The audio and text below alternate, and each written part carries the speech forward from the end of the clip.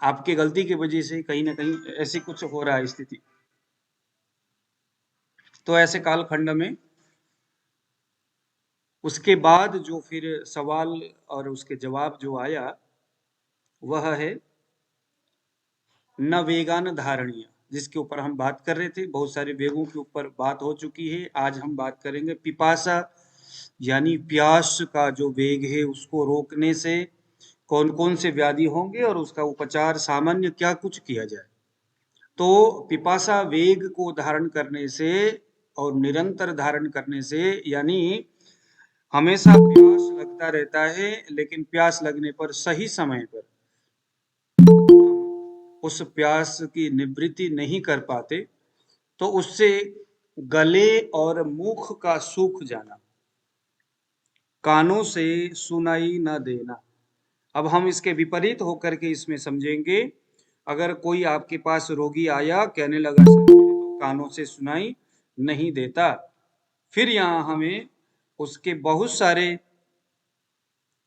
जो लक्षण है, जो उसके हेतु है, जो निदान है, उसके बारे में जो हमने पूछना है वो तो है ही, लेकिन वेग विधारण इस सिद्धांत के आधार पर हमने उसको पिपासा यानी कितना प्यास लगता था और उसके हिसाब से आप पानी पीते थे क्या।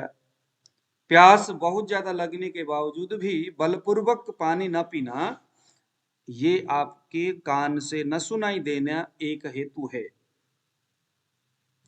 थकावट, शरीर में थकावट होना, अंग साध होना। अंग साध यानी वही कि शरीर के हर एक अंग प्रत्यंग में एक प्रकार का अवसाद पैदा होना।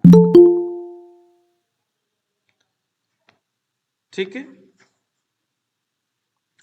तो यह सभी जो व्यवस्थाएं हैं, यह सभी जो चीजें हैं, उसके साथ हृदय में वेदना, हृदय में वेदना होना, यह भी पिपाशा यानी प्यास को रोकने से यानी उस समय उसकी पूर्ति न करना, इसके वजह से सारी चीजें होता है। इसके उपचार में चिकित्सा क्या है? शीतल जल का पान करना और तृप्तिकारक द्रव्यों का सेवन करना। तृप्तिकारक द्रव्यों का सेवन करना, जो तृप्तिकारक द्रव्य है और जो शीतल पदार्थ है, अब वह इस समस्या का निवारण करेगा।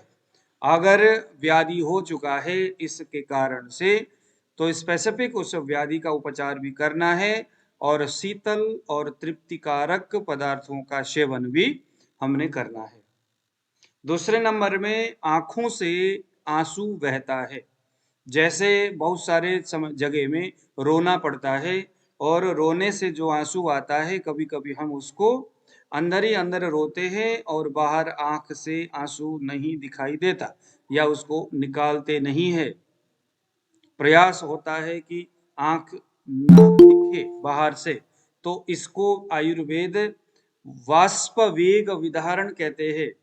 वाष्प यानी आंखों से निकलने वाली जो आंसू है उसको रोकने से प्रतिशाय साइनस हो सकता है। साइनस के केस में और कौन कौन से हमने बात किया था? जैसे पुरुष यानी मल के वेग, मूत्र के वेग रोकने से साइनस हो रहा था। यहाँ तीसरा जोड़ दीजिएगा, अश्रु के वेग।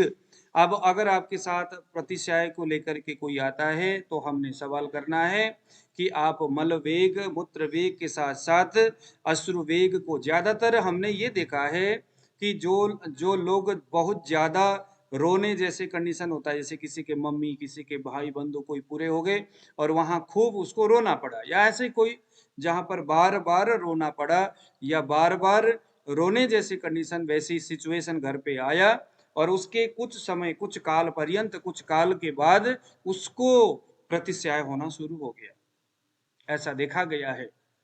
तो अगर प्रतिशय होता है, आंखों के रोग हो जाता है, हृदय रोग हो जाता है, भूख ना लगना, अरुचि यह हो जाता है, तथा भ्रम यानी कि चक्कर आना यह अगर हो जाता है, तो यह आंख से निकलने वाला जो अश्रु है, उस अश्रु के वेग को रोकने के वजह से ऐसा हुआ, ऐसा मान करके हमने इसकी चिकित्सा हेतु विशेष विधि से शयन मद्य सेवन और प्रिय कथाओं को सुनना, प्रिय कथाओं को सुनना, शायरी हो गया, कोई अच्छा अगर भागवत कथा जैसे कोई चीजें सुनने का इच्छा रहती है तो वो सुनना। देखो उपचार देखिए जरा, अगर आपको हेतु मिलता है इन सभी व्याधियों में, अगर हेतु मिलता है अश्रु वेग रोकना या बार बार रोना, ये अगर आपको हेतु मिलता है तो इसका जो भी उपचार पद्धति बाद में चरक बताएंगे, उसके साथ साथ आपको यहाँ पर यह जो चिकित्सा है इसको भी करना होगा। कौन कौन से? पहले नंबर में शयन। पंचकर्म में क्या कुछ किया जा सकता है? तो शयन में हम उनको लेटाएंगे और उनको स्टीम देंगे, अभ्यंग यानी मसाज करेंगे। शयन का मतलब होता है ऐसा वह एक्टिविटीज या वो कोई क्रियाएं जिससे शरीर में शिथिलता पैदा हो। शिथिलता मतलब शरीर एकदम रिलैक्स हो जाए, एकदम मस्त हो जाए। ठीक है, पहले नंबर में। दूसरे नंबर में अश्रु वेग के कारण से अगर इन सारे समस्याएं अगर होती है तो मद्य सेवन। मद्य सेवन, मद्य का मतलब है कि कुछ शरीर को मद्यपान कराना, जिस तरह से बोलते हैं। अब ये मेडिकेटेड मद्य होता है, ये नशा वाला मद्य नहीं है। एवं प्रिय कथाओं को सुनाना, कर्ण कान के माध्यम से इस अश्रु वेग से उत्पन्न जो संप्राप्ति है उसको वो ठीक करेगा। फिर आ गया निद्रा का वेग, 12 नंबर में निद्रा का वेग। अब ये निद्रा का वेग जब हम बात करते हैं तो निद्रा यानी कि अगर नींद आ जाती है तो उसको रोकना नहीं चाहिए। लेकिन प्राकृत नींद और अप्राकृतिक नींद दो तरह के बातें होंगे। हमारे लिए प्राकृत नींद है रात के 9 बजे के बाद जो नींद आ जावे वह प्राकृत नींद है। सुबह 4 बजे तक जो नींद आ जावे वह प्राकृत नींद है। अप्राकृतिक नींद कौन सा है? सुबह एक बार नींद खुल जाने के बाद फिर दोबारा सो और सोने के बाद नींद आ जाए तो यह आम की स्थिति है। कौन सी स्थिति है? सुबह एक बार नींद खुल जाने के बाद तुरंत अगर आप एकदम एक्टिव होकर के जग जाते हो तो यह प्राकृत अवस्था का नींद का त्याग हो गया। स्वस्थ व्यक्ति का ये लक्षण है। अगर आप पूछो कि भैया सुबह कितने बजे नींद खुलने की बातें पूछना है, कितने बजे उठते हो कहेंगे, वो कहेगा सर 8 बजे 9 बजे 10 बजे ना, ये नहीं। आपका सवाल होना चाहिए कि भाई सुबह कितने बजे पहले नींद खुल जाती है।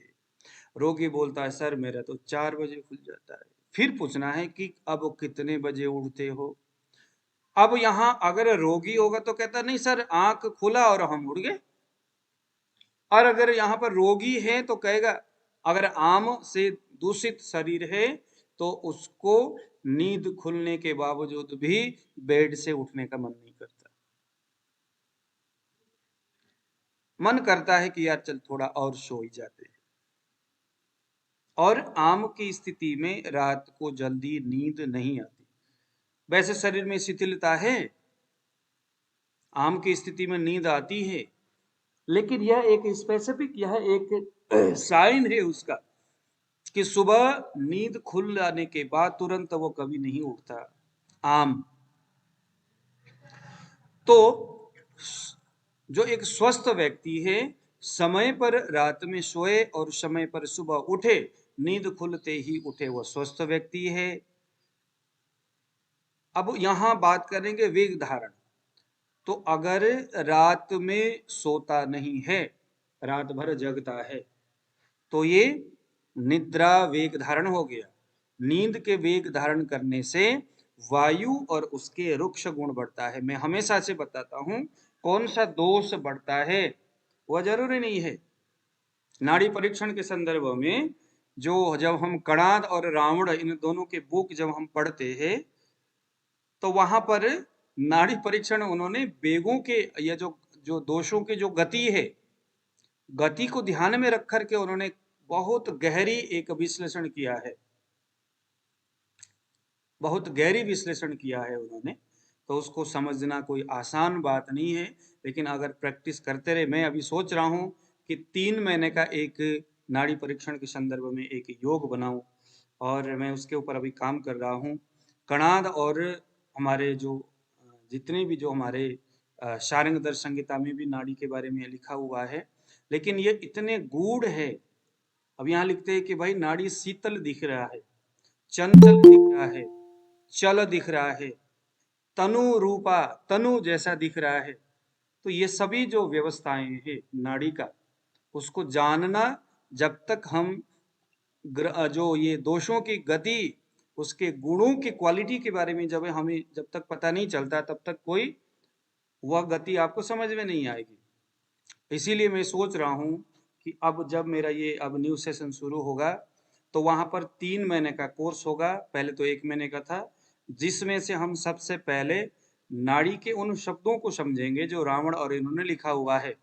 अगर चल गति माना है उसकी, है ना, वो सारी चीजें हम देखेंगे और उसको नाड़ी में कैसे समझा जाए। फिर उसके बाद अलग अलग रोगों में उन शब्दों का जो प्रयोग किया है, उनके अनुसार उन रोगों के बारे में पूरा आयुर्वेदिक विश्लेषण करके, और उसके चिकित्सा भी, अगर अगर हम कहेंगे कि अभी ये हमारा अजीर्ण है, तो अजीर्ण में कैसा नाड़ी दिखता है वो तो रावण ने बताया है। लेकिन जब तक हमें अजीर्ण की संप्राप्ति पता नहीं चलती, तब तक हमें जब तक हमें उन दोषों के गुणों के बारे में पता नहीं चलता, तब तक हम अजीर्ण के ऊपर न तो व्याख्यान कर सकते हैं, न तो आप समझ सकते हो, न उस नाड़ी के गति को आप महसूस कर सकते। इसीलिए मेरा एक प्रयास रहेगा कि अब मैं 3 महीने लगाऊं उसी 1 महीने तक पढ़ाने वाली बातों को। तो निद्रा वेग के बारे में मैं आपको बता रहा था। रात में सोना, यानी कि नींद के वेग को आप ध्यान दे रहे हो। रात में ना सोना, नींद के वेग को आप ध्यान नहीं दे रहे हो, इग्नोर कर रहे हो। रात में न सोना वायु के एक गुण को बढ़ाता है जिसका नाम है रुक्ष। कफ के एक गुण नष्ट होता है जिसका नाम है स्निग्ध, जिसका नाम है स्निग्ध। स्निग्ध गुण कफ के कम होता है यदि आप रात में नहीं सोते तो एक इस तरह के एक्टिविटी से शरीर में वायु का एक गुण बढ़ रहा है, कफ के एक गुण घट रहा है। दिक्कत किस में होगा? ऑलरेडी जिसके शरीर में कफ के वह एक स्निग्ध गुण की कमी हो रखी है, उस व्यक्ति में वायु के रुक्ष गुण पहले से ही ऑलरेडी बढ़ा हुआ है। ऐसे में अगर वह आदमी रात में जगता है, रात में नहीं सोता है, निद्रा वेग धारण करता है, तो यह क्या होगा? उस व्यक्ति के लिए कष्टकारी अवस्थाएं होंगे, वृद्धिकर वायु का अवस्था। कुछ चिकित्सक, मैंने ऐसा सुना है कि अरे हाँ, आपके शरीर में स्निग्ध गुण कफ का ज्यादा बढ़ा है, किसी को ट्यूमर हो गया, किसी को लिपोमा हो गया, किसी को ऐसा कुछ हो गया, यानी कफ कफ बढ़ा है, स्निग्ध गुण। वेग अवधारण में रात्रि जागरण करने से, यानी रात में जगने से कफ के स्निग्ध गुण कम होता है। चिकित्सक को लगा चलो इस रोगी को रात में जगाएंगे, रात में जगेगा, स्निग्धता बढ़ेगा, रुक्षता बढ़ेगा, रुक्ष बढ़ेगा तो स्निग्ध कम होगा, कम तो होगा, व्याधि उसका जो स्निग्ध गुण खत्म हो जाएगा। एक तरह से तो ठीक है, लेकिन चूंकि वेग अवधारण हो रहा है ना, वेग अवधारण हो रहा है,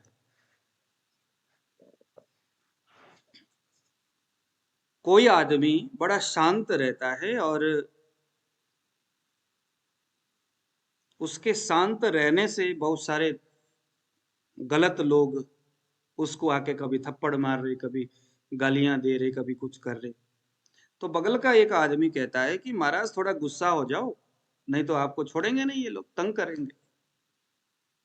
तो गुस्सा होना एक व्याधि का, हाँ ठीक है, गुस्सा होने से वो जो तमाम लड़के जो तंग कर रहे थे वो तो भग जाएंगे, लेकिन गुस्सा स्वयं से एक रोग कारक हेतु है। तो कहने का मतलब निद्रा को रोक करके शरीर में रुक्षता आएगा, जिससे कफ के स्निग्ध को खत्म करेगा। वो एक चीज तो खत्म हो गया, उतना कुछ आराम तो मिलेगा, लेकिन वायु के रुक्ष गुण तो बढ़ गया, कहीं ना कहीं वो अपना भंडाफोड़ करेगा। ठीक है, तो इसका मतलब हो गया कि कुछ और चिकित्सा करो, लेकिन वेग रोकने का प्रयास नहीं करना चाहिए।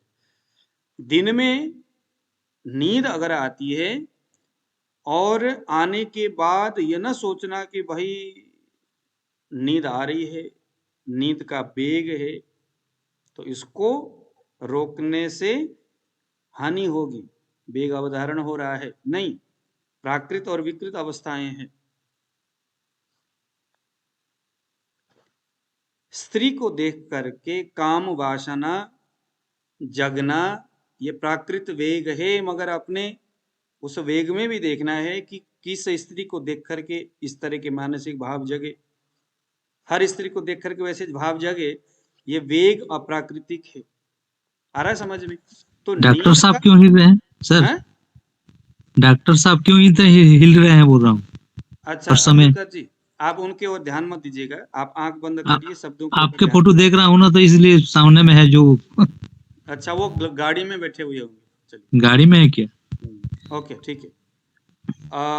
बात में कर रहा था, प्लीज आप इस तरह से बीच में आप मत बोलिएगा। तो मैं ये कह रहा था कि वेग को रोकना नहीं चाहिए, प्राकृत वेग को, लेकिन विकृत वेग अगर है कि अगर कोई दिन में नींद आ रहा है तो उस वेग को रोकना चाहिए, क्योंकि वो विकृत वेग है। वेग को रोकने से यानी रात में अगर आप नहीं सोए हैं तो बार बार उबासी आना,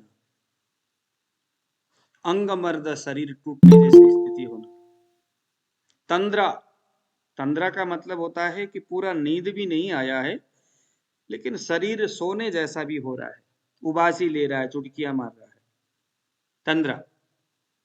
सिरोरोग, आंखों में भारीपन, ये सभी रोग हो सकता है यदि आप निरंतर रात में जगने का प्रयास करते हैं। नींद कड़ाके की आ रही है, जबरदस्त नींद है, लेकिन आप उसको रोकने का प्रयास कर रहे हैं, तो ये नहीं। इसका उपचार क्या है? एक ही उपचार है कि निद्रा का सेवन करें, सही समय में सोए, शरीर का संवाहन कराना चाहिए। अब चूंकि व्याधि होने जैसी स्थिति है तो संवाहन का यहाँ अर्थ होता है शरीर में हल्का हल्का अंगुली से मसाज करना। ठीक है, तो निद्रा वेग हो गया। अब एक और 13वें नंबर में वेग है ये छोटी छोटी चीजें आयुर्वेद के अमृत है।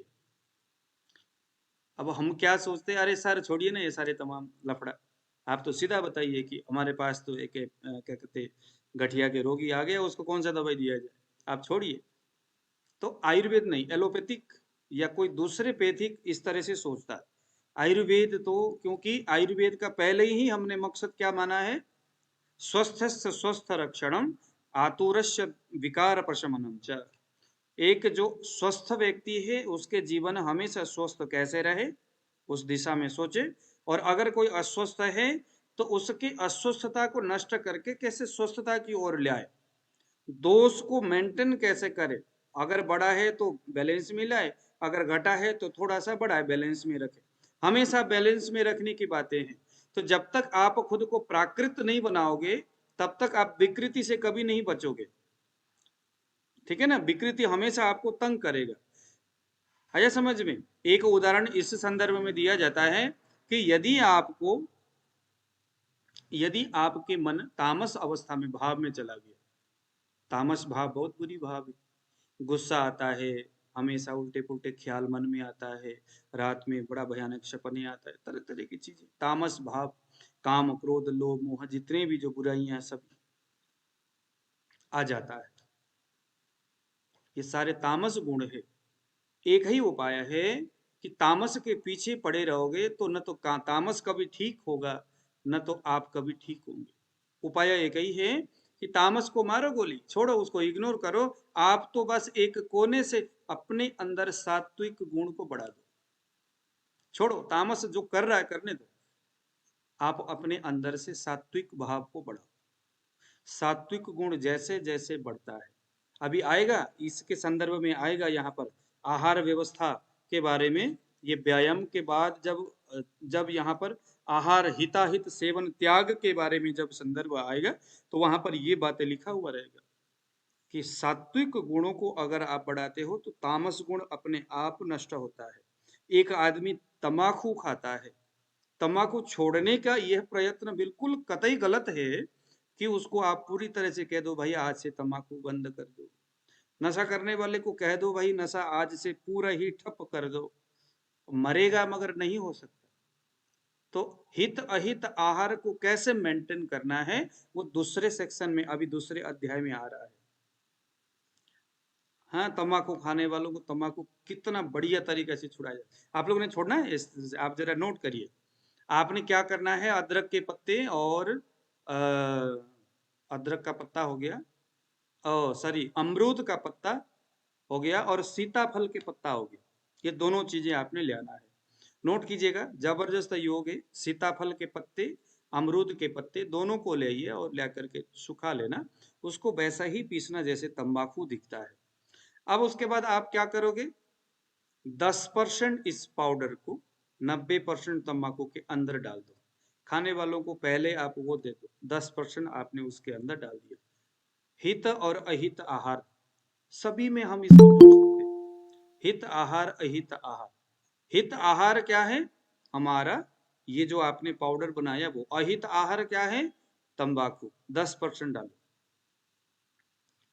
10 दिन के बाद इसको 15% कर दो, फिर 10 दिन के बाद फिर 20% कर दो, फिर 10 दिन के बाद फिर 25% कर दो।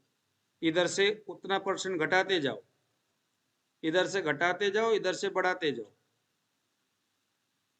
बढ़ाते बढ़ाते बढ़ाते, इधर से घटाते घटाते, खाने वालों को, उसके शरीर को, उसके चेतना को पता ही नहीं चलेगा।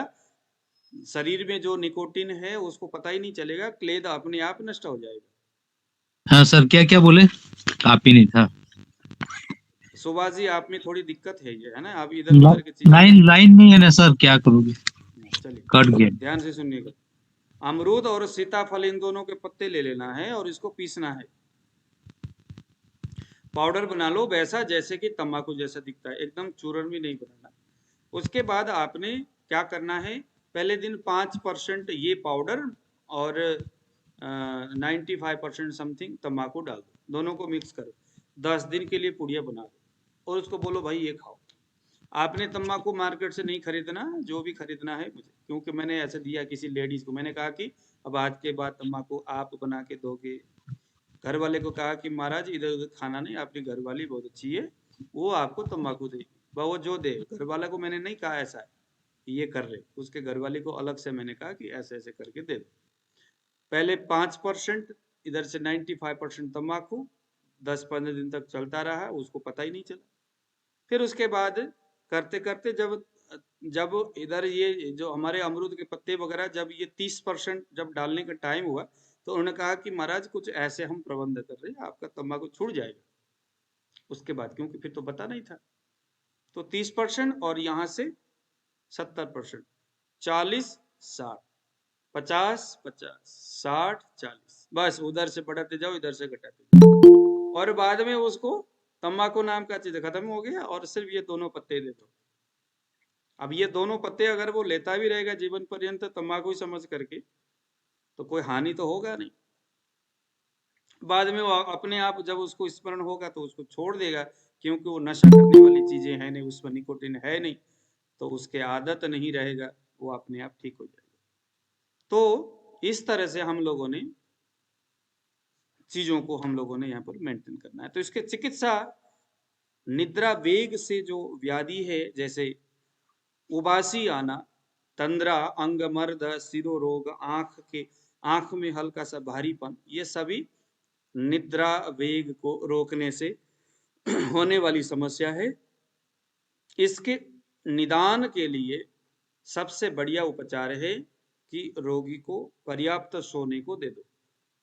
सोने से पहले बढ़िया से शरीर को इतना मसाज करो, या अगर हो सके सिरोधारा कर दो, क्योंकि मसाज यानी अभ्यंग और सिरोधारा ये निद्रा लाने वाली क्रियाएं हैं। नाक में नश्य, कभी कभी नाक में तेल डालना, नश्य करना, यह भी धूपन, कुछ किसी अच्छे खुशबूदार जड़ी बूटियों को जला करके उसके धुएं का पान करना, यह भी अच्छा नींद लाने की क्रियाएं हैं। बढ़िया सा नहाते वक्त शरीर को मल मल करके, एक्सरसाइज करते हुए मसल मसल करके नहाना, पूरे शरीर में संवहन कर देना पाउडर से, जैसे मैंने बताया था नीम के पाउडर डालो, कोई भी शरीर को एकदम लघुता लाना ही नींद है। तो ऐसा कुछ करके, और मैंने देखा कि अगर गर्मी का मौसम हो, घुटनों से नीचे एकदम ठंडे पानी से बढ़िया साफ करके तौले से रगड़ रगड़ करके उसको आप दो पोंछ लीजिएगा, बढ़िया जम करके पोंछिए और उसके बाद सो जाइएगा, अच्छा नींद आता है। पैर के तलवा हमेशा, जैसे हमने दिनचर्या में पढ़े थे, पैर का जो तलवा है वो हमारे मस्तिष्क को प्रभावित करता है, इसलिए पैर के तलवा हमेशा सोते वक्त मसाज करना चाहिए। तो ऐसा कुछ करने से प्राकृत अवस्था में नींद लाने का प्रयास करना। एक चीज ध्यान देना, आयुर्वेद हो एलोपैथी को, कोई भी नींद लाने की दवाई अगर आप प्रयोग करते हो तो वो कहीं ना कहीं उस रोगी को असुविधाजनक व्यवस्था में ला करके खड़ा करता है। इसीलिए दवाई के सहारे नहीं, जो प्राकृत, जो हमारे नेचुरोपैथिक जो प्रोसेस है, वही एक अच्छा नींद, और इस नींद को रोकने से होने वाली जो व्याधि है उन सभी को वो ठीक करता है। अब ये आगे सबसे अंत में 13 नंबर में श्रमजन्य श्वास रोग। अब ये इसके हेतु आजकल बहुत है, जिसको पूछो ये है, अस्थमा हो या दम हो, दमा, अस्थमा, या और भी जो श्वास चढ़ना आदि तमाम छोटी छोटी जो श्वास चढ़ता है, वो सभी रोग मुझे लगता है कि श्रमजन्य या श्रम से उत्पन्न जो श्वास का वेग है उसको रोकने से होता है। देखो, अब आपको मैं उदाहरण दे दूं, जैसे एक आदमी है और वो जिम में चला गया, बड़े मोटे भारी भरकम चीजों को उठा रहा है जोर से, उठाते वक्त श्वास प्रश्वास होना चाहिए कि नहीं चाहिए, मगर वो श्वास को रोक करके उठाता है। अति साहस पूर्ण यह जो व्यवस्था है, अति साहस, बहुत ज्यादा श्वास प्रश्वास को रोक करके अगर आप कुछ काम करते हो तो ये श्रमजन्य श्वास वेग, इस वेग को रोकना बड़ा भयानक है। इस वेग को रोकने से चरक में सबसे पहले गुल्म बताया है। गुल्म यानी कहीं पर भी शरीर में उभार अगर दिखता है, अर्श भी गुल्म का एक स्वरूप है, लिपोमा भी गुल्म का स्वरूप है, ट्यूमर भी गुल्म का एक स्वरूप है, कैंसर की कुछ अवस्थाएं गुल्म का स्वरूप है। बाकी जो 4-5 प्रकार के गुल्म जो पेट में है, छाती में है, लंग्स में है, वो सारे गुल्म तो है, लेकिन सामान्य अवस्था में जहां जो उभार है वो गुल्म है। तो अगर आपके सामने कोई भी गुल्म को लेकर के आता है तो एक सवाल पूछना है कि क्या श्रम से उत्पन्न श्वास वेग को निरंतर रोकते थे क्या? एक हमारे गुरुजी थे और वो इस बात को यहाँ पर जोड़ करके बोलते थे, लेकिन बहुत सारे लोग इसको समर्थन करते नहीं करते। शारीरिक संबंध बनाते वक्त जो श्वास का वेग उत्पन्न होता ही है, लज्जावश अगर उस श्वास प्रश्वास को रोकने का प्रयास किया जाए तो क्या वह भी श्रमजन्य श्वास वेग को रोकना मान करके यह जो व्याधि गिनाया गया है, उन व्याधियों का यह भी एक हेतु या कारण हो सकता है? क्योंकि वहां भी श्रम है और श्रम से श्वास वेग उत्पन्न हो रहा है, और उस वेग को रोकने के लिए लज्जा, स्त्री में पुरुष में भी भय अथवा लज्जा, कुछ दूसरे लोग सुन न ले, तो ये अलग सी कल्पनाएं हैं। अब ये कितना सच है कितना नहीं है, हालांकि ये श्रम भी है और श्वास का वेग भी होता है, उसको रोकने का प्रयास भी कुछ लोग करते ही है। तो क्या यह भी इसमें एक हेतु समझेंगे? या जैसे कि बहुत सारे हम काम करते हैं, काम करते वक्त जो बड़े है ना इस तरह से, तो फिर वहां पर श्वास का वेग होता है, और अतिश्रम जन्य है ना श्वास अगर आता है तो उसको रोकने से गुल्म होगा पहले नंबर में। तो आपको नोट करना, आपके पास हृदय रोग से लेकर के कोई इस तरह के टेचिकार्डिया में प्रॉब्लम है, कार्डियोवैस्कुलर उसकी प्रॉब्लम है, इस तरह के हार्ट से रिलेटेड जो प्रॉब्लम है, मोह, चक्कर आ जाना, मोह व्यामोहित हो जाना, चक्कर आ जाना, यह सभी जो विकार श्रम से उत्पन्न श्वास के वेग को रोकने से होने वाली व्यथा है। अब इसका जो उपचार है वो प्राण वह स्रोतस के विकृति समझ करके श्वास हर चिकित्सा यहां होना चाहिए। श्वास हर चिकित्सा, श्वास में कौन कौन सी चिकित्सा की जाती है, तमाम चिकित्सा यहां पर करना चाहिए। दूसरे नंबर में विश्राम, क्योंकि अधिक कर्म से ऐसा हुआ है, श्रम से, श्रमजन्य वेग, अधिक श्रम करके, अधिक काम करके, अत्याधिक काम करके जबरदस्त उसने अपने श्वास वेग को रोका हो। तो जितना जितना मेहनत, प्रयत्न, परिश्रम से ऐसा कुछ हुआ है, उसका उपचार भी उसी तरह से। इसीलिए वृद्ध अवस्था में क्या कहते हैं, अरे आपने महाराज बहुत काम कर दिया, अब आप विश्राम करो।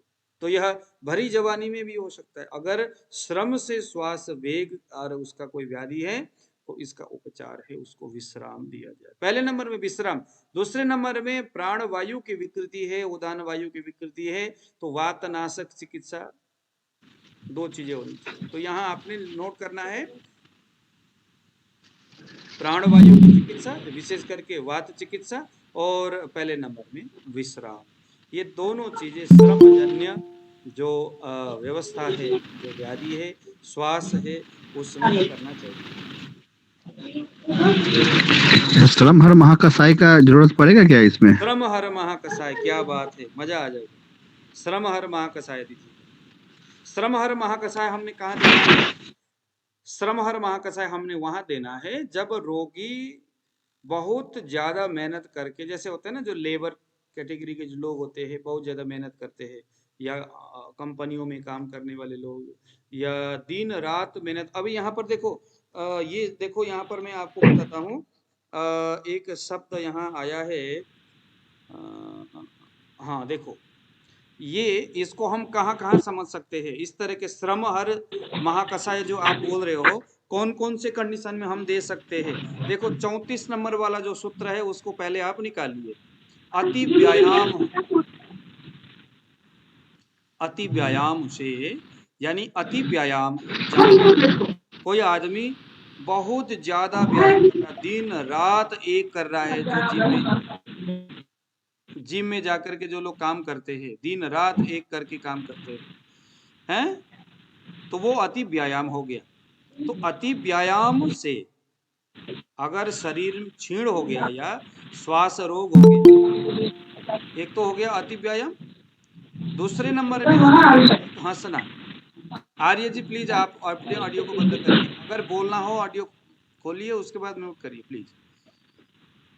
ओके, तो दूसरे नंबर में देखिए, अधिक हंसना, बहुत ज्यादा आप हंस रहे हो, बार बार हंस रहे हो, निरंतर हंस रहे हो, तो निरंतर हंसना भी यह एक व्यायाम है। 34 नंबर वाले देखिए, व्यायाम हास्य भाष्याध्व ग्राम्य धर्म प्रजागरान नोचितान्नपि सेवेत बुद्धिमान्नति मात्रयः। तो अति व्यायाम यह भी व्यायाम है, अधिक हंसना यह भी शरीर के लिए व्यायाम है। बहुत ज्यादा बोलना, ज्यादा देर तक बोलने पर शरीर में व्यायाम हो जाता है, यह भी व्यायाम है। और ज्यादा बोलना अति व्यायाम हो गया। बहुत ज्यादा पैदल चलना, अति व्यायाम। ग्राम्य धर्म, ज्यादा शारीरिक संबंध करना, दिन रात एक कर रहा है बंदा। और रात्रि जागरण, इन सभी को आप व्यायाम के ही कैटेगरी में रखिए। अगर चरक ने बोला है तो व्यायाम से शरीर में दोष उत्पन्न होता है और उस दोष का उपचार किया जाना चाहिए। तो आपको व्यायाम का मतलब सिर्फ एक्सरसाइज ही नहीं समझना। हाँ जी, आप कितने व्यायाम करते हो, इतना, कितने बजे जाते हो, इतने बजे, कितना मिनट, 2 मिनट, अरे भाई तो व्यायाम का मतलब सिर्फ फिजिकल एक्टिविटीज, फिजिकल एक्सरसाइज ही नहीं, बल्कि बहुत ज्यादा बोलता है अगर तो भी यह व्यायाम है। ज्यादा चिल्ला चिल्ला करके बोलना, बहुत ज्यादा हंसना, भाषण देना, बहुत ज्यादा पैदल चलना। वैष्णव देवी यात्रा करने के बाद जब व्यक्ति शारीरिक रूप से एकदम थक जाता है तो शरीर में वायु बढ़ता है। चिकित्सा क्या है? तो व्यायाम का जो चिकित्सा अभी जो हमने यहाँ पर बताया, वही चिकित्सा यहाँ पर किया जाए। कौन सा चिकित्सा बताया? श्रमजन्य जो चिकित्सा है, जो श्रमजन्य श्वास वेगावधारण का जो चिकित्सा अभी यहाँ पर हमने बताया, वही चिकित्सा वहां पर भी करना है। अगर रोगी बोलता है कि सर ऐसा है, आपको हेतु पता चला, अरे वैष्णव देवी यात्रा करके आए हो, पैदल आए हो, ओ क्या बात है। तो क्या क्या हो गया, अब देखो जरा क्या क्या हो गया। गुल्म हो गया, वैष्णव देवी यात्रा करके आया है और उसी कारण से गुल्म हो गया। हृदय रोग हो गया, मोह हो गया, श्वास के बेग, श्वास हो गया, उसको दमा होने लग पड़ा। हेतु क्या है? पैदल चलना, यानी अत्यंत व्यायाम हो गया। तो व्यायाम समझ करके हमने यहाँ पर दो तरह की चिकित्सा, एक तो विश्राम और दूसरा वातनाशक उपाय। आया समझ में? ऐसा नहीं कि व्यायाम इस शब्द या श्रमजन्य वेग, श्वास वेग समझ करके बस श्रम का मतलब एक ही हमने लगा लिया कि कोई आदमी दौड़ रहा है और मुंह में जैसे करते हैं ना, रनिंग कर रहा है एक आदमी, आप देखते होंगे ग्राउंड में जाते वक्त। अब आपने ये बोलना है, भाई चरक में लिखा हुआ है कि व्यायाम करते वक्त अपने श्वास के प्रश्वास को, उस वेग को नहीं रोकना है। तो कुछ लोग क्या है, मुंह में रुमाल लगा करके दौड़ेंगे। वो कहते हैं कि सर मेरे श्वास ज्यादा लंबा चढ़ जाता है। अच्छा, क्या किया जाए? मुंह में रुमाल लगा। कुछ बेवकूफ लोग भी ऐसे ही होते, जो कोचिंग करने वाले जो कोच होते, अरे भाई मुंह में रुमाल लगा लो फिर दौड़ो, जल्दी दौड़ोगे। तो ये समझ लो कि ये अतिश्रमजन्य श्वास वेग को रोक रहा है। रोकने से या गुल्म हो सकता है, या हृदय रोग हो सकता है, या मोह हो सकता है। उपाय क्या है? सबसे पहले उसको विश्राम दिया जाए। और विश्राम में फिर विश्राम कौन कौन से पंचकर्म क्रिया से विश्राम हो सकता है? स्वेदन है, अभ्यंग है, परिषेक है, संवहन है, संवहन यानी मसाज, हल्के हाथ से बढ़िया सा, हाँ ब्रेन में, मस्तिष्क ब्रेन में एकदम मसाज करिए, नाक में नश्य दीजिएगा। और सिरो सिरो सिरो बस्ती बोलते हैं। सिर में, सिरो बस्ती का मतलब क्या है? सिर में ऐसे करके पट्टी सा लगाया और वहां पर तेल डाल दिया।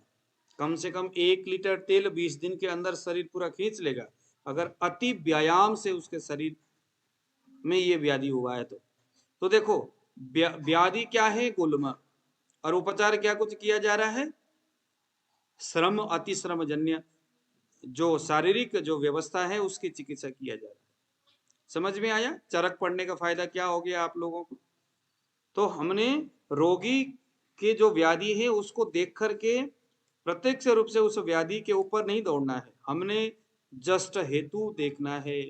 हेतु लिंग परमौषधि, पहले हेतु देखना है, फिर उसके बाद लिंग यानी उसके लक्षण देखना है। क्या लक्षण है? लक्षण तो समझ में आएगा, मगर हेतु यानी उसके कारण जल्दी समझ में नहीं आता। तो ज्यादा से ज्यादा हमें उसके कारणों को समझने का हमेशा निरंतर प्रयास करते रहना चाहिए। ठीक है। अब अति व्यायाम के दोष, अब यहाँ पर जैसे अगर हमने हेतु बोला, अब यहाँ पर अति व्यायाम के लक्षण यहाँ पर बोल रहे हैं कि शारीरिक थकावट, अति व्यायाम से शरीर में थकावट हो रहा है, शरीर में क्षय हो रहा है। क्षय होना यानी जब आप नाड़ी परीक्षण करते हो। बालसराम। हाँ जी, परवेज जी क्या बोले आप? अरे सर वो कोई निकल के जा रहा था, मैं आपकी बात ध्यान उनको बोला था। तो क्षय का मतलब क्षय का मतलब क्या है कि शरीर के धातु क्षय हो रहा है। नाड़ी में कैसा दिखेगा? नाड़ी में दिखेगा एकदम मंद गति है।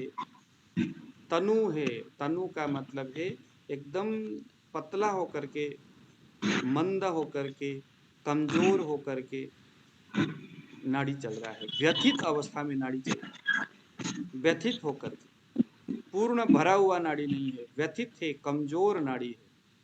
गति उसका चंचल गति होगा, चल अवस्था में गति है। तो इस तरह की नाड़ी आपको यहाँ दिखेगा।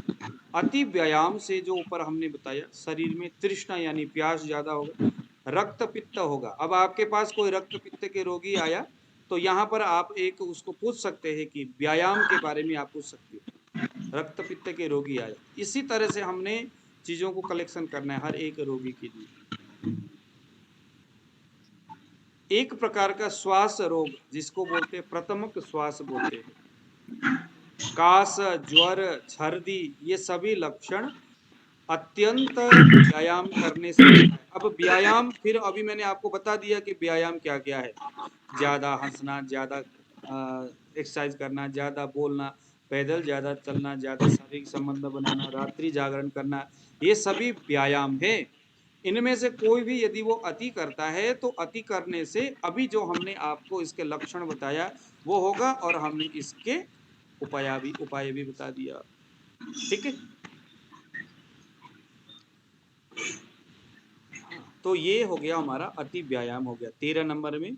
14 नंबर, तो ये अभी तक जो हम लोगों ने जो पढ़ा है ये अधारणीय वेग है। अधारणीय वेग, अब यहाँ पर देखो धारणीय वेग के बारे में कुछ यहाँ पर बता रहे हैं।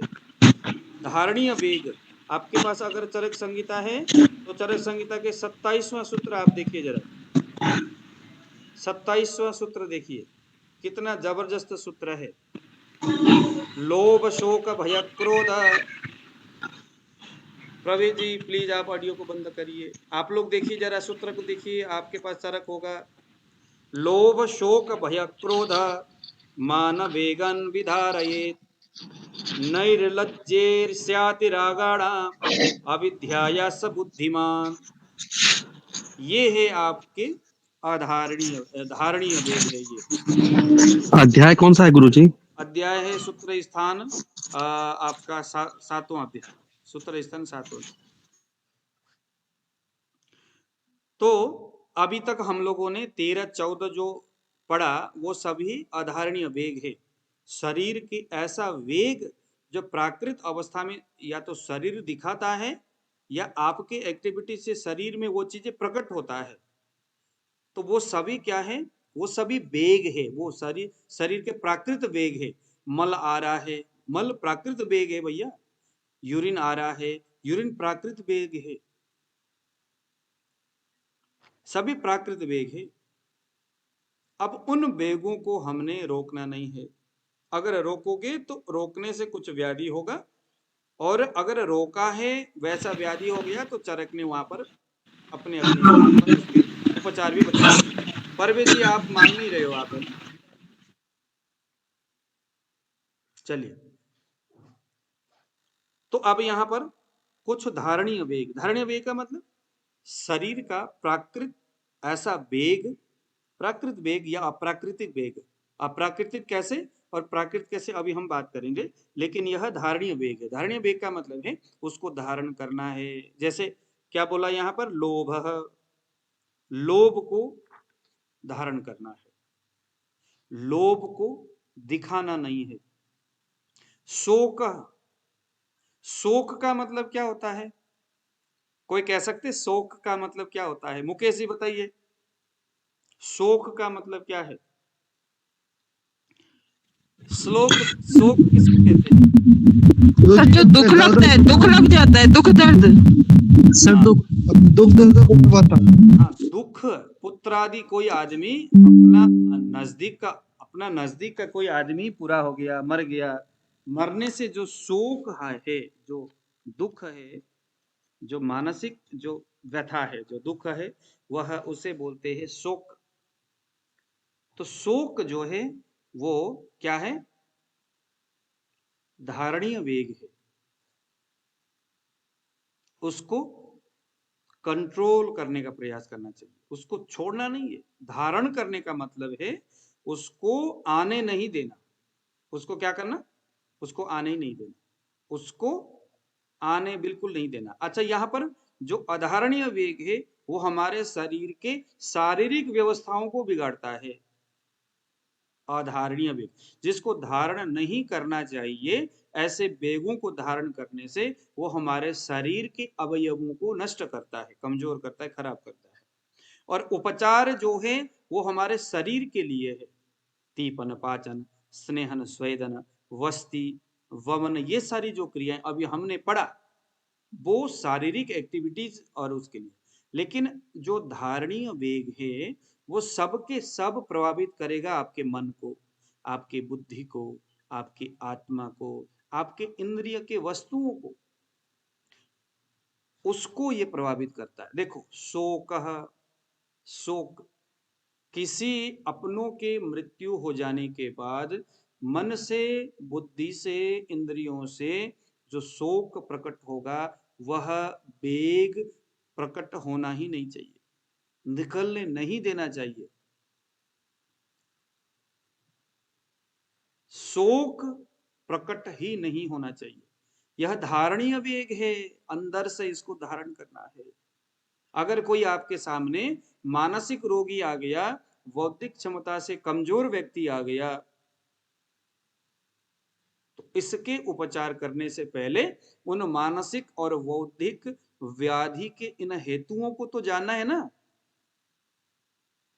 आपके पास ओसीडी के रोगी आ गया, आपके पास एक उन्माद के रोगी आ गया, पागलपन वाला, आपके पास एक हिस्टीरिया वाला केस आ गया, लेडीज का, स्ट्रेस में है, टेंशन में है, एंजाइटी है, घबराहट है, सारे मानसिक वेगों को न रोकने के प्रति फल स्वरूप होने वाली व्याधि है। अब यहां पर टटोलना है, शोक के वेग कभी आया क्या? जी, रोकने का प्रयास नहीं किया। कितने दिन तक शोक चला? भयम, अनिष्ट की आशंका के कारण भय उत्पन्न होता है, एक प्रकार का दीनता मन में उत्पन्न होता है। तो मानसिक वेगों से विकृत हुआ अगर रोगी आपके सामने आएगा, तो हमने शोक के बाद भय को देखना है कि किसी कारण से कभी डरा हो, जैसे कभी कोर्ट कचहरी के मामला चलता हो, तो वहां पर भय और शोक दोनों ही होता है। वहां क्रोध भी होता है, तो क्रोध प्रद्वेष ये न प्रज्वलित अमिवात्मान मन्यते। हेलो जी, प्रद्वेष के कारण अपने को जलता हुआ महसूस करना क्रोध है, प्रद्वेष के कारण। तो क्या क्रोध था या क्रोधी हो, गुस्सा कितना आता है भैया? क्रोध तो अधारणीय वेग है, अधारणीय नहीं है। क्रोध को उत्पन्न नहीं करना है, अंदर दबाना है। अंदर दबाने का मतलब उसको आने ही नहीं देना है। व्याधि किसका है? मन का है। किसको दुखी करेगा? मन को। तो कोई भी जो मानसिक व्याधि है, इस तरह के रोगी अगर आए तो क्या बोलना है? शोक भय क्रोध। अब एक बड़ा जबरदस्त, मानः सदसद गुणाध्यारोपेणात्मन्युत्कर्ष प्रत्यय, यानी मानः चित्त समुन्नति आत्मनि पूज्यता बुद्धि।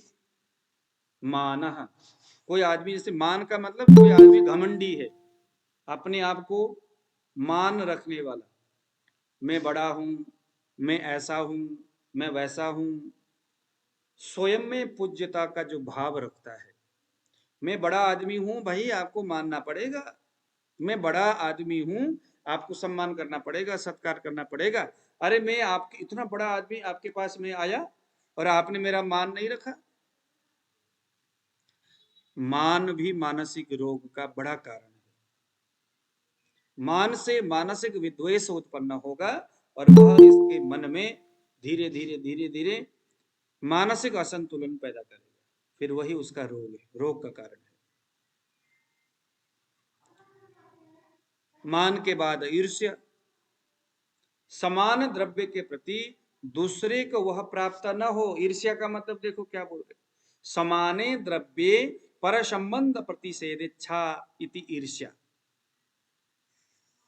यह द्रव्य उस व्यक्ति को नहीं मिलना चाहिए जो मुझे मिला। उसको कैसे मिला? मेरे पड़ोसी को यार, उसने, मैंने बुलेट लिया, उसने कार ले लिया। कार कैसे लिया इसने? ईर्ष्या, या ईर्ष्या भी नहीं आने देना चाहिए। धारणीय भी। उसके बाद आया अविद्या मनसा पराविद्रोह चिंतनम, दूसरे के धन को अनुचित विधि से प्राप्त करने का विचार करना, उचित विधि से नहीं, अविद्या है। अविद्या क्या है? अविद्या, ये अविद्या नहीं है, अविद्या, अविद्या, अविद्या। अविद्या का मतलब होता है अविद्या और अविद्या। अविद्या का मतलब है दूसरे के धन को अनुचित विधि से प्राप्त करने का, कैसे भी मिले, एनी हाउ पैसे कमाओ, ठीक है, यह विद्या। यह भी आपके मन को कलुषित कर देगा। तो लोभ, शोक, भय, क्रोध, मान, जुगुप्सिता यानी दूसरे को निंदा करना, नैर्लज्य, लज्जा का अभाव होना, ईर्ष्या, यह सभी क्या है? ये सभी आपके मन को रोगी करने के हेतु है। इनमें से अगर आपके पास कोई भी मानसिक रोगी आता है, देख लो, अगर आप नेचुरोपैथी वाले हो, अगर आप डाइटिशियन हो, कोई भी हो, आपके पास आ जाते कोई भी, बस यूं लगा लो कि एक धारणीय वेग है जो उसको धारण न करने से उत्पन्न होने ही नहीं देना चाहिए। अगर होता है तो ये उस व्यक्ति के मानसिक रोगों का कारण बनता है। जो अधारणीय वेग है, जिसको धारण नहीं करना चाहिए, छोड़ना चाहिए, निकल देना चाहिए, अगर उसको हम रोकते हैं तो उससे जो व्याधि होगा वो शारीर भाव को कष्ट देगा। फिर दोष दोष संभूषणम से व्याधि, जो मानस वेग है, जो इन कारण, जो अभी भय, क्रोध, लोभ, शोक, मोह आदि यह मन को व्यथित करते हैं और व्यथित मन वायु के साथ मिलकर के फिर बाद में शरीर को दूषित करते हैं। अधारणीय वेग, धारण करने से शरीर विकृत होता है। वातादि दोष बढ़ने के वजह से मनोवा स्रोतस में जाकर के उसके रास्ते को अवरुद्ध करके मन को भी वह व्यथित करते हैं और उससे धीरे धीरे जो शारीर अवयव वाला व्याधि था वो मानस व्याधि के रूप में परिवर्तित हो सकता है। इसीलिए जो धारणीय और अधारणीय वेग डायरेक्टली और इनडायरेक्टली पूरे शरीर और मन कहीं पर भी अपने प्रभाव को दिखाता है। इसीलिए जिसको रोकना चाहिए उसको डेफिनेटली रोके, जिसको रोकना नहीं चाहिए उसको बिल्कुल भी नहीं रोकना है। तो इस तरह से हम लोगों ने फिर अगले नंबर में एक जबरदस्त 30 नंबर वाला सूत्र देखिए जरा। पुण्य शब्दो विपापत्वान् मनोवाक्काय कर्मणाम धर्मार्थ कामन पुरुष सुखी भुंक्ते चिनोति च। तो ये जो है, इस तरह के जो मानसिक जो वेग है, ये जो धारणीय जो वेग है, इन धारणीय वेगों को धारण करने से धारणीय वेगों को धारण करना चाहिए, अधारणीय वेगों को धारण नहीं करना चाहिए। जो धारणीय वेग है उसको धारण करने में अगर आपको दिक्कत होता है, यानी मान लो कि काम, क्रोध, लोभ, मोह से आप ग्रसित हो, किसी हालत में अगर ये ठीक नहीं हो रहा है आपका काम, काम से ग्रसित आप हो रहे हो, क्रोध से ग्रसित अगर आप हो रहे हो, तो पुण्य शब्दों, है ना, तो अप्रशस्त जो कायिक वाचिक मानसिक वेगों को धारण करने वाला व्यक्ति पाप रहित होने से पुण्यवान कहा जाता है। ठीक है, इनको धारण करना चाहिए, पुण्यवान है। तो इसको धारण अगर नहीं होता, मान लो कि आप क्रोधी हो, क्रोध निरंतर आ रहा है, कोई हो नहीं रहा व्यवस्था, तो फिर पुण्य शब्दों श्रवणम, धर्मशास्त्र की जिसको भी आप मानते हो उनके कथा श्रवण करें, उन पुण्य शब्दों का सुने, रोज मंगलमय शब्दों का आप आस्वादन, उसका आप ध्यान करें, उसको आप बोलिए मुंह से, मेडिटेशन करिए, और शीतल जो गंगा जल आदि है उसका सेवन करे, या उसका उससे शरीर को सिंचन करे, पुण्य प्रद इस तरह के व्यक्ति के संसर्ग में जाए, यानी उसके साथ रहे, तो ये सारे कुछ एक्टिविटीज है, इसको करने से निश्चित रूप से आपको इसका फायदा मिलता है। ठीक है, तो इसके बाद हमारे यहाँ पर हिताहित सेवन त्याग के बारे में अभी जो थोड़ी देर पहले मैंने आपको बताया था कि कौन सा पदार्थ है जो कि हमारे लिए हितकर है और कौन सा हमारे लिए अहितकर है, ये सारी जो बातें यहाँ पर लिखा हुआ है।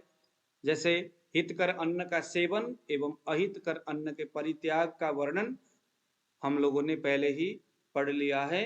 तो यहाँ पर जैसे मैंने आपको बताया था कि अगर आपके पास कोई ऐसा व्यक्ति आता है जो कहता है कि भैया मैं दारू पीता हूँ, क्या कुछ किया जाए, तो बाद में जब हमारे यहाँ पर क्रमवश उस श्रृंखला से जब हमारे यहाँ से आपको दारू छुड़ाने की कुछ मैं अगर आपको योग दूंगा, फिर कभी दूंगा जब इसका प्रसंग आएगा। अभी तो हितकर और अहितकर आहार की व्यवस्था के बारे में है। तो उस दवाई को भी आपने, दारू भी देना है उसको, मद्यपान भी कराना है और साथ साथ में उसको आयुर्वेदिक दवाई भी देना है। और आहार के संदर्भ में भी अगर कोई आदमी अहितकर आहार करता है तो एक झटके में उस अहितकर आहार को छोड़ने के लिए अगर आप प्रयत्न करते हो तो वो आपके लिए या उस रोगी के लिए अच्छा नहीं है। थोड़ा सा अहितकर आहार, थोड़ा सा हितकर आहार, पहले दिन थोड़ा सा हितकर आहार और थोड़ा सा अहितकर आहार। अहितकर मतलब जो शरीर के लिए हितकर नहीं है, ऐसा अगर कोई आहार लेता है, चाहे वो आहार देह सात्म्य ही क्यों ना हो। देह सात्म्य का मतलब कोई आदमी सर्दी के मौसम में कोल्ड ड्रिंक पीता है, उसको पीने से बड़ा अच्छा लगता है, कहता नहीं सर मेरा शरीर इस कोल्ड ड्रिंक के आदी हो चुका है, अगर नहीं पीऊं तो मुझे कठिनाई होती है।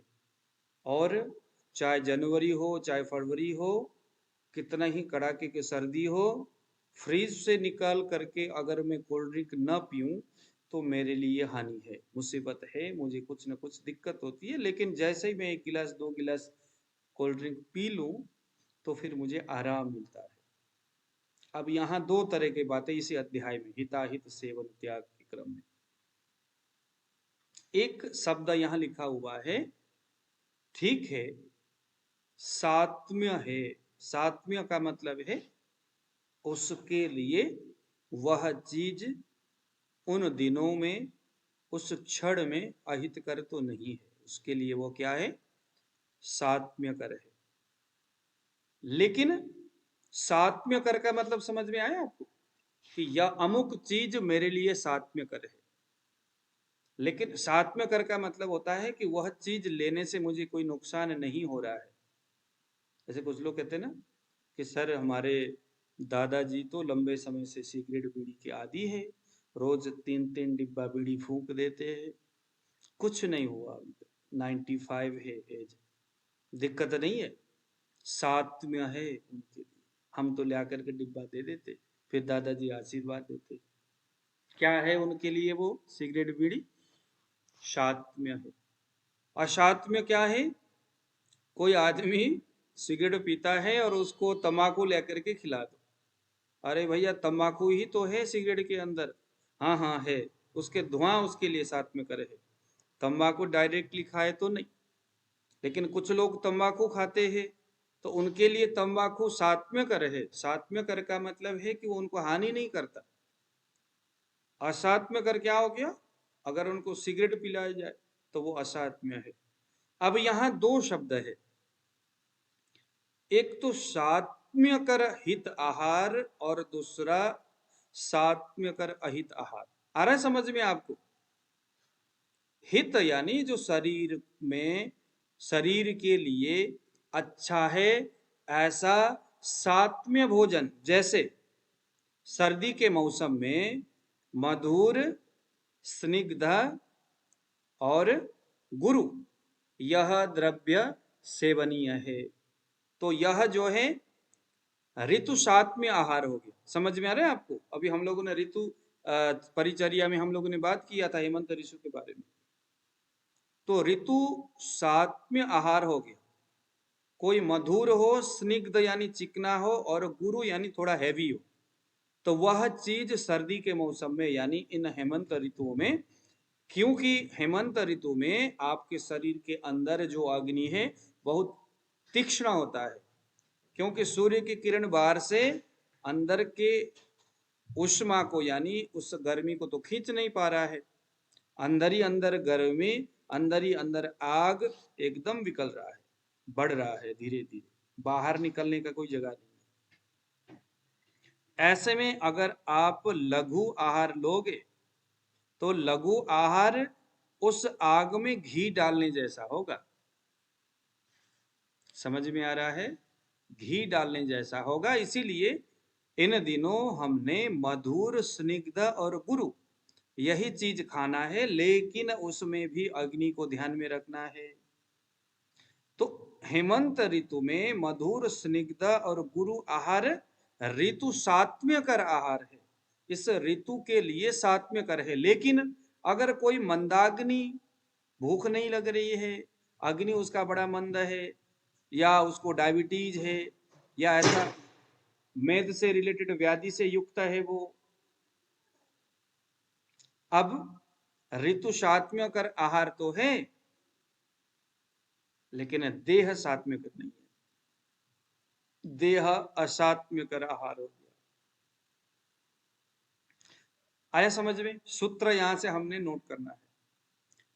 तो सात्म्य कर आहार, सिगरेट उस व्यक्ति के लिए सात्म्य कर होगा, लेकिन अहित सात्म्य कर है। अहित यानी वो सात्म्य कर होने के बावजूद भी अहित कर है, कभी न कभी हानि देगा। अभी सात्म्य कर है लेकिन आने वाले समय में अहित कर हो सकता है। तो हित कर सात्म्य, अहित कर सात्म्य, हित कर असात्म्य, अहित कर असात्म्य। हित कर असात्म्य का मतलब क्या है? आपके शरीर में, शरीर के लिए वो हितकारी है। जैसे सेब, सेब शरीर के लिए हितकर है, लेकिन अगर कोई आदमी सेब खाता है तो उसको अच्छा नहीं लगता, पसंद नहीं है, या किसी को एलर्जी होती है। जो पसंद नहीं है वो कुछ ना कुछ उल्टा पुल्टा कर ही देता है। तो यह क्या हो गया? हित कर असात्म्य हो गया। तो इस तरह से हम लोगों ने आहार ऋतु के हिसाब से, दिनचर्या के हिसाब से नोट करना है, और उसके बाद हित कर सात्म्य, हित कर असात्म्य, अहित कर सात्म्य, अहित कर असात्म्य। सात्म्य का मतलब जो उसके लिए सुटेबल है, असात्म्य के मतलब उसके लिए असात्म्य यानी कि उसके लिए खराबी है। तो अगर कोई आदमी अहित कर असात्म्य भोजन करता है या अहित कर सात्म्य भोजन करता है, यानी वो सिगरेट पी रहा है, उसके लिए सात्म्य है, उसके लिए अच्छा है सिगरेट, उसको उस वक्त हानि नहीं दे रहा, तो अहित कर सात्म्य हो गया उसके लिए। अब इसको तो अहित कर है तो छुड़ाना पड़ेगा।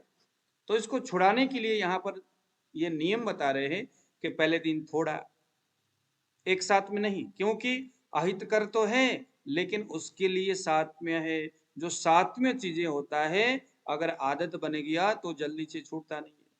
उसको छुड़ाने के लिए ये विधि बता रहे। तो विधि क्या बता रहे हैं कि पहले जो हितकर असात्म्य, जो अहितकर सात्म्य जो है, उसको निकालने के लिए पहले थोड़ा सा दे दो, पहले दे दो, लेकिन थोड़ा सा कुछ कम करो, फिर कम करने की मात्रा थोड़ा बढ़ाते जाओ, कम ज्यादा कम ज्यादा कम ज्यादा, बंद कर दो कुछ दिन तक, फिर आकर के कहीं उसको फिर थोड़ा सा दे दो, नहीं क्योंकि वो अहितकर है बट उसके लिए सात्म्य है, थोड़ा दे दो, फिर उसको बंद कर दो, फिर देखो शरीर के लिए कैसा है।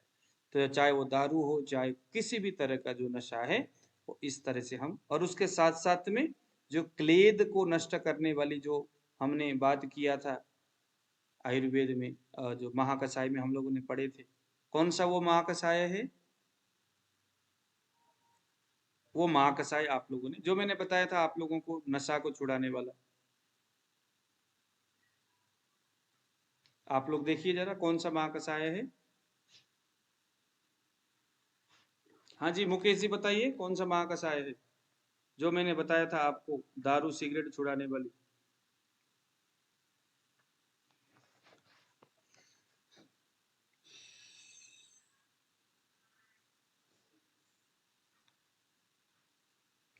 अ, अ, अ, अ,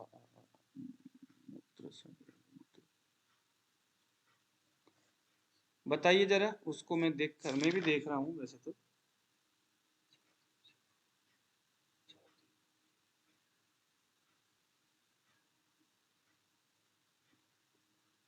आई थिंक स्नेहोपग महाकषाय है शायद।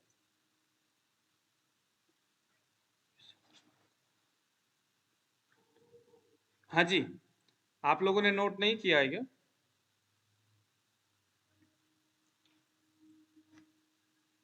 हाँ जी, किसी ने नोट किया है इसको? कोई तो बताइए। नहीं गुरुजी। नोट नहीं नो किया? सर। मुकेश जी आपने नोट नहीं किया? माँ कसाय पढ़ाते वक्त मैंने बताया था। देख रहा हूँ।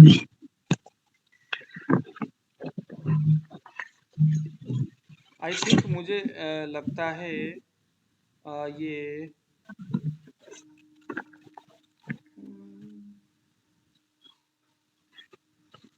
मैंने बताया तो था एक, मैं इसको निकाल के अभी बता रहा हूँ। स्नेहोपग महाकसाय है शायद, स्नेहोपग या स्वेदोपग, इनमें से कोई,